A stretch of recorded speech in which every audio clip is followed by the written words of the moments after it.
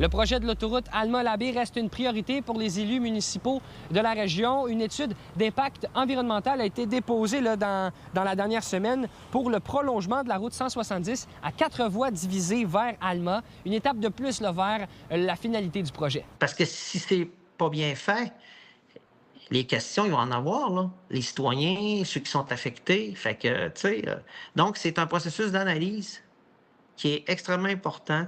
On passe encore sur des terres agricoles, on va passer sur des milieux humides et on va toucher à des citoyens. Donc, il y a un aspect social là-dedans. Donc, ces gens-là ont besoin aussi de se faire entendre. Puis j'avais toujours dit que j'irais étape par étape. Rappelez-vous, le choix du corridor, le choix du tracé. La prochaine étape était l'étude d'impact environnemental qui est préparée par le MTMD. Bon, dans son cas, je ne sais pas trop comment il a fait, là, mais il a réussi à convaincre des gens de débloquer des sommes pour pouvoir faire cette analyse-là et de nous écouter comme tel pour que tout soit prêt le moment venu où on aura les montants nécessaires là, pour la réalisation de l'ensemble du projet. On parle d'une somme de 300 000 $ qui a été débloquée pour amorcer cette analyse. Il reste maintenant à savoir si une séance du Bureau d'audience publique sur l'environnement sera nécessaire, un bureau aussi appelé BAP. Peut-être qu'on n'aura pas besoin d'aller dans un BAP. Peut-être que ce que le travail du ministère a fait va répondre entièrement. Bon, le lac Saint-Jean-Est, Alma, est un pôle économique important. On s'entend qu'on doit faire en sorte que les deux pôles économiques du Saguenay-Lac-Saint-Jean soient reliés par une autoroute. Le ministère des Transports, quand ils font des routes, ils se basent sur la fluidité du transport et de la sécurité. C'est ça la prémisse de base, la sécurité. L'étude d'impact qui a été déposée dernièrement concernait vraiment le secteur d'Alma, mais la ville de Saguenay maintient l'importance du projet. Bien, il faut finir le tracé final qui va venir désenclaver vers la baie puis donner un espace aussi, l'ancienne autoroute 70 qui passe tout près de la base. Les travaux sont dans le calendrier, sont dans le PTI. Cette année, on continue, puis l'année prochaine, donc c'est en voie de se terminer, puis il faut que ça se termine. Là. Donc, la représentation de la ville, là, on a un gouvernement en fin de mandat, mais les candidats à la prochaine élection, c'est sûr que ça fait partie des dossiers qu'on veut voir se terminer rapidement. Bien entendu, comme j'ai dit, ce printemps au PQ, on avait des choix budgétaires à faire.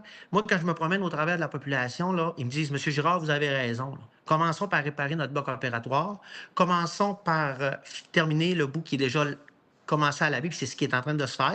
Puis là, les sommes vont se dégager éventuellement, puis on va pouvoir compléter la 5e et dernière section, qui est le secteur Saint-Bruno-Alma. Dans une entrevue téléphonique que j'ai pu avoir avec Sylvie Beaumont, la mairesse d'Alma, elle a mentionné l'importance de terminer ce projet. Le projet de l'autoroute Alma-Labbé qui s'est entamé dans le début des années 80. À Saguenay, Étienne Ouellette pour Nouveau Info. Du nouveau dans l'affaire d'un corps retrouvé dimanche sur les berges de la rivière Saguenay à Labbé.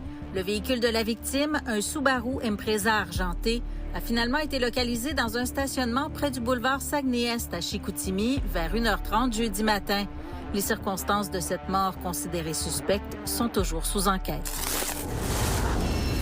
On est présentement au Uniprix de la rue Racine à Chicoutimi où le propriétaire a été forcé de garder sa porte barrée à longueur de journée parce qu'il y a des situations qui sont arrivées dans le passé avec des itinérants. Venez, on s'en va voir comment ça se passe.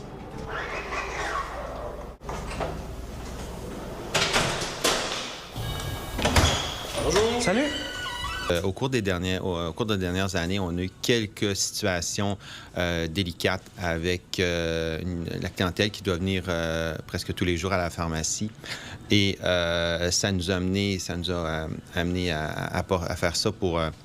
il y avait la sécurité, dans le fond, de mes employés qui était vraiment extrêmement importante. Donc, c'est pour ça qu'on a été dans ce sens-là pour améliorer la sécurité des employés puis aussi des usagers. C'est juste que pour nous, compte tenu qu'on côtoie cette clientèle-là de façon quotidienne, c'est là que des fois, il peut arriver des petits enjeux, mais il n'y a vraiment aucune problématique majeure au-delà de ça. Là. Selon la maison d'accueil pour sans-abri de Chicoutimi, l'idée de Kevin Girard est une excellente initiative pour assurer la sécurité dans la pharmacie. Il y a un bon sentiment de sécurité parce qu'on sait que si un patient désorganisé voudrait rentrer, bien à ce moment-là, au moins, on peut le refuser à la porte. on n'est pas, il ne sera pas rendu dans notre commerce. Là. Fait que c'était ça l'objectif. Ça se passe bien. Oui, il n'y a pas de problème. Là. Tout va très bien, il n'y a pas de problème. Nos patients comprennent bien la situation puis répondent très, très bien. Depuis quelques années, le problème d'itinérance prend énormément d'ampleur à Saguenay. La ville tente de trouver des solutions, mais ce n'est pas toujours facile.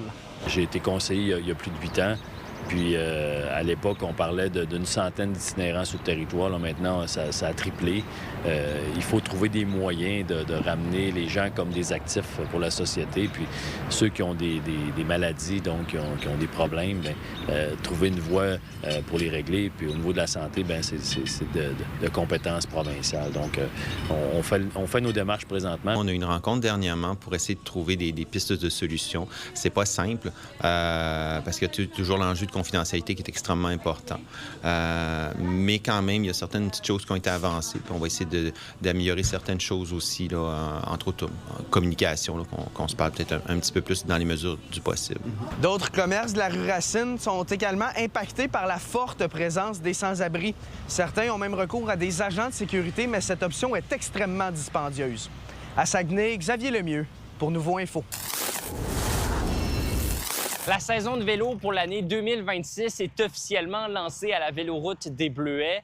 Cette année, le circuit cyclable qui entoure le lac Saint-Jean s'est donné comme objectif d'améliorer la cohésion entre son organisation et les différentes municipalités qui accueillent les cyclistes de la Véloroute des Bleuets, comme Péribonka, par exemple, où s'est tenu l'événement de lancement jeudi. Les municipalités ont toujours supporté la corporation dans le cadre du développement de la Véloroute des Bleuets. Ce sont les municipalités qui sont propriétaires des infrastructures.